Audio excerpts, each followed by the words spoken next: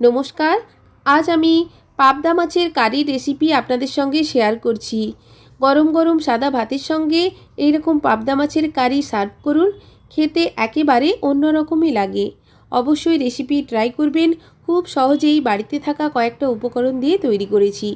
প্লেটে নিয়ে নিয়েছি একটা মিডিয়াম সাইজের পেঁয়াজ, 1 ইঞ্চি মতো আদা, হাফ চামচের একটু বেশি পরিমাণ গোটা ধনে, হাফ চামচ মতো গোটা জিরে ও 6-7টা রসুন নিয়ে নিয়েছি।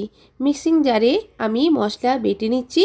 এরপর ফ্রাইং প্যানে পরিমাণ মতো সরষের তেল অ্যাড করে তেল ভালো করে গরম হলে দিয়ে দিচ্ছি প্রায় 1 চামচ মতো কালো জিরে ফোড়ন। দেখুন ওপর থেকে ছড়িয়ে দিচ্ছি কিছুটা পরিমাণ লবণ, দিয়ে দিচ্ছি মিক্সিং জারে বেটে রাখা মশলা। লবণ দেওয়ার কারণে মশলা দেওয়া মাত্রই হাতে ছিটে আসার সম্ভাবনাটা থাকে না। মশলা ভালো করে ভেজে নিয়েছি। মশলা ভাজতে ভাজতে মশলার জল শুকিয়ে এলে দিয়ে দিচ্ছি সামান্য একটু পরিমাণ জল ও পরিমাণ মতো হলুদ। মশলাকে খুব ভালো করে কষিয়ে নিচ্ছি। এইভাবে মশলাকে ভালো করে কষিয়ে নেওয়ার পর অ্যাড করছি মিডিয়াম সাইজের ছোট করে কেটে রাখা টমেটো। টমেটোকেও ভালো করে ভেজে নিচ্ছি। দেখুন টমেটো ভালো করে আমার ভাজা হয়ে এসছে। এরপর আমি অ্যাড করে দেব লবণ হলুদ দিয়ে ম্যারিনেট করা পাবদা মাছ।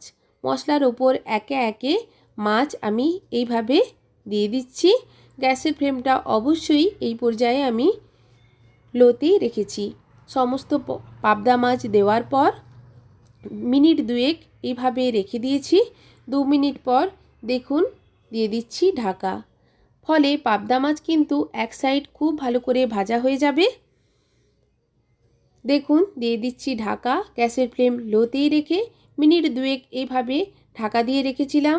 খুব ভালো মতোভাবে এক সাইড ভাজা ভাজা হয়ে গেছে এবং মাছ অনেকটাই সফট হয়ে এসছে। অ্যাড করে দিচ্ছি 1 কাপ মতো গরম জল। জল অ্যাড করে দেখুন ফ্রাইং প্যান একটু নাড়াচাড়া করে নিচ্ছি। খুন্তি দিয়ে নাড়াচাড়া করবেন না, যেহেতু পাবদা মাছ খুবই নরম হয়, ভেঙে যাওয়ার সম্ভাবনা থাকে। এভাবে ফ্রাইং প্যান হালকা করে নড়িয়ে আমি ভালো করে মিক্সড করে দিচ্ছি জল।